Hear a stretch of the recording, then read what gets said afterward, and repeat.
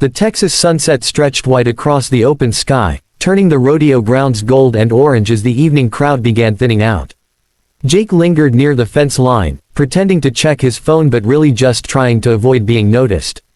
He wasn't much of a people person, never had been, and this was his first time at a rodeo without friends dragging him along. He liked the noise, the smell of the arena dirt, the horses, the fried food stands, but he preferred watching from a distance. That distance disappeared fast when she appeared. The giant cowgirl had been the star of the barrel racing that afternoon, and she'd moved with the kind of bold confidence that made everyone stare. She was tall, unbelievably tall, broad-shouldered, athletic, and sun-kissed from years spent outdoors. Her boots thudded like small earthquakes as she walked, and her long braid swung behind her like a rope made of molten copper. She looked like she belonged to the land itself. To Jake's surprise, she headed straight toward him. He froze, unsure if she wanted something or if he was blocking her path. When she stopped in front of him, towering like a living monument, he forgot how to breathe. She tilted her hat back with one finger, revealing bright hazel eyes that studied him with amused curiosity. "You all right there, cowboy?" she asked, her voice warm and low. "You look like a rabbit caught in headlights." Jake opened his mouth but nothing came out. His heart thudded painfully in his chest. She chuckled, a soft, rich sound that somehow made everything worse. Or better. He wasn't sure. "You're Jake, right? You helped calm my horse earlier." He nodded quickly. He had helped. Her horse had gotten spooked near the loading gate, and he'd instinctively stepped in to steady it. He hadn't expected her to remember. "Well," she said, stepping even closer, "I wanted to thank you properly." Her eyes narrowed with playful intent. "But I'm guessing you're not used to much attention." Jake's face went hot. Not really," he admitted, embarrassed by how small his voice sounded. She grinned, leaning down slightly so she could see his face better. "You're shy. That's kinda cute." He nearly choked. Then came the words that made him forget every sound around them. "You've never been kissed." Jake felt the words hit him like a physical shock. His ears burned, his palms went sweaty. He stammered, unable to form a simple yes or no. She watched him closely, not mocking, just curious, like she genuinely wanted to understand him. "Relax," she laughed softly. "I ain't making fun of you. I just noticed things. The way you look away, the way you freeze up when I talk to you." She tapped his shoulder lightly, though even that soft touch felt powerful coming from her. "It's nothing to be ashamed of." Jake swallowed hard. The rodeo noise blurred into a distant hum. He could feel his heartbeat in his throat. She took another step forward, close enough that he could smell warm leather and a hint of vanilla on her breath. "So tell me, Jake," she murmured, her voice dipping low. "You really never had your first kiss?" Jake didn't know what to do with his hands, his breath, or the sudden heat crawling up his neck. The giant cowgirl's question echoed in his head like someone had shouted it through a megaphone, even though she'd spoken softly, almost gently. He tried forming a reply, any reply, but his voice came out cracked and useless. She noticed, of course. She seemed to notice everything about him. "Easy," she said, lifting both hands in a calm, playful gesture. "I'm not trying to scare you." Her smile softened as she crouched down just enough to meet him at eye level. Even then, she still felt larger than life. Jake swallowed again. I just don't usually talk to people. People or girls," she teased. "People," he insisted quickly, then realized that sounded worse, somehow. She laughed, a warm, rolling sound that made his chest tighten. "You're kinda adorable, you know that." He definitely wasn't used to hearing that. Especially not from a woman like her. Behind them, the rodeo lights blinked to life as the sky darkened into a deep purple. Families were packing up, a country band in the distance was doing a sound check, and the smell of fresh kettle corn drifted on the warm evening air. Everything felt calm and normal, except for the fact that Jake was standing inches away from a 7-foot-tall cowgirl who seemed entirely too interested in him. She rested one elbow on her knee and studied him with curious eyes. "You helped my horse without panicking," she said. "Most folks scatter when a big animal jumps. But not you." "It just felt natural," Jake admitted quietly. "Like he needed someone to steady him." "And you were there," she said, nodding. "That means you've got a good heart." "A steady one." Jake wasn't sure about that, his heart felt anything but steady right now. She leaned a little closer, and he instinctively stepped back. Not far, just enough to breathe. She didn't take offense. Instead, she tilted her head. "You're shy," she said. "But you've got guts when it counts. That's a rare combo." Jake felt dizzy again. Compliments were not his natural habitat. The cowgirl shifted, moving down to sit on the fence behind him. The wood creaked under her weight, but she balanced effortlessly. "Come here," she said, tapping the spot beside her. He hesitated. "Jake," she said softly, "I ain't gonna bite you." So he took a small step, then another, until he stood close enough that her knee brushed his side. The casual contact sent a spark up his spine. She looked down at him, still towering, still intimidating, but somehow gentle.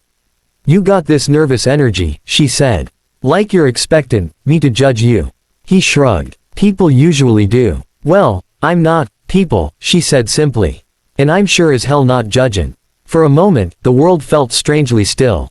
She was right there, close enough that he could see the tiny flecks of green in her hazel eyes, close enough that he could hear her slow, steady breath.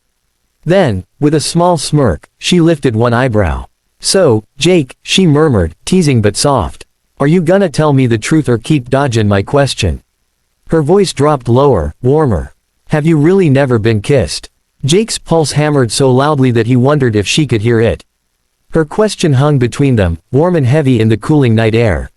He didn't want to lie, but telling the truth felt like pulling his heart out and handing it to her. Still, she waited, patient, curious, not mocking, not pushy, just waiting. Jake stared at the dirt for a long moment before finally whispering, "No. I haven't." The cowgirl didn't laugh. She didn't smirk triumphantly like she'd won some guessing game. Instead, her expression softened into something he didn't expect, tenderness. Almost protective. "Thank you," she said quietly. Jake blinked. "For what?" "For trusting me enough to say it." She reached out, brushing a loose strand of hair off his forehead with one gentle finger. Her touch was warm, surprisingly soft for someone who worked with horses and ropes and steel gates all day. His breath caught. "You know," she continued, voice low, "kissin' ain't some trophy you gotta win. It's something you share with someone when it feels right." Jake swallowed. "I guess I just never had someone who made it feel right." Her eyes softened even more. "Maybe you were just waiting for the right person." The evening sounds of the rodeo faded. Around them, the band testing their guitars became a faint hum. Children laughing near the cotton candy stand drifted into the background. Only her voice stayed sharp, steady, and close. She shifted, turning fully to face him.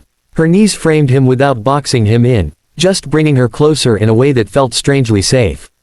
"Jake," she said softly, "look at me." He did. The fairground lights painted her face in warm yellows and soft pinks, catching in her hazel eyes until they glowed.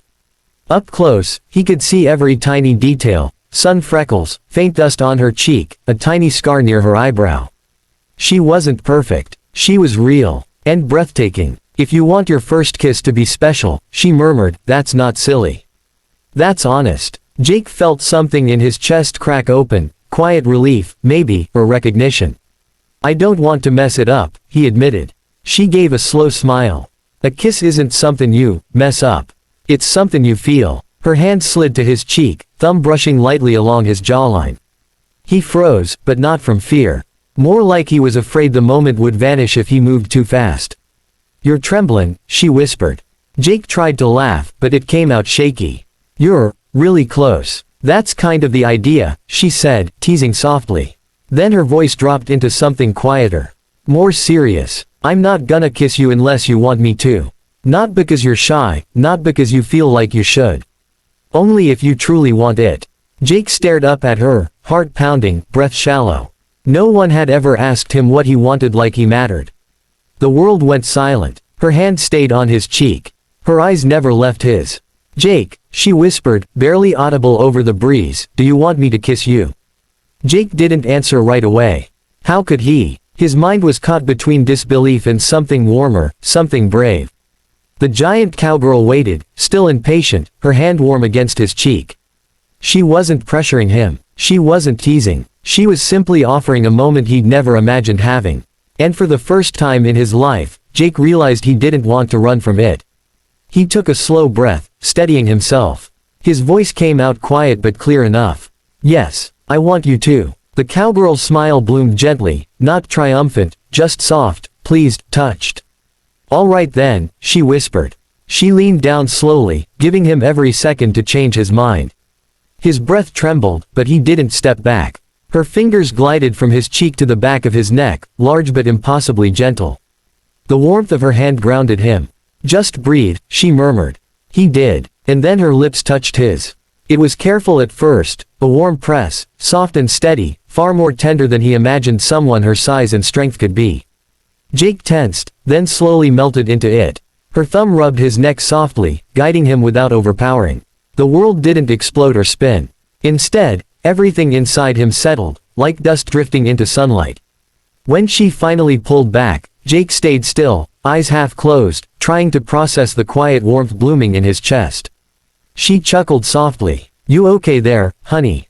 Jake nodded, dazed. "I think so." Her smile widened. "Good. 'Cause you did just fine." He laughed nervously, rubbing the back of his neck.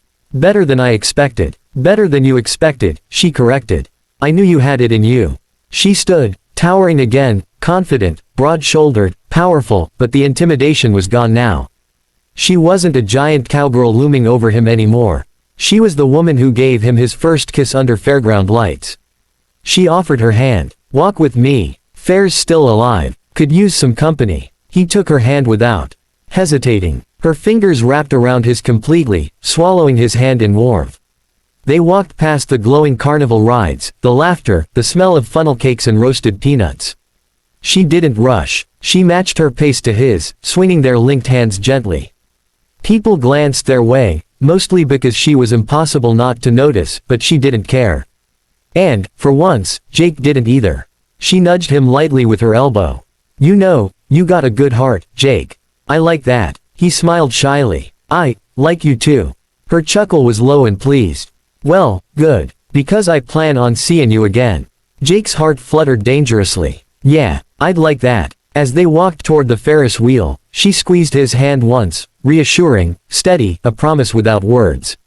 Under the warm Texas night, surrounded by lights and laughter, Jake realized something simple and life-changing.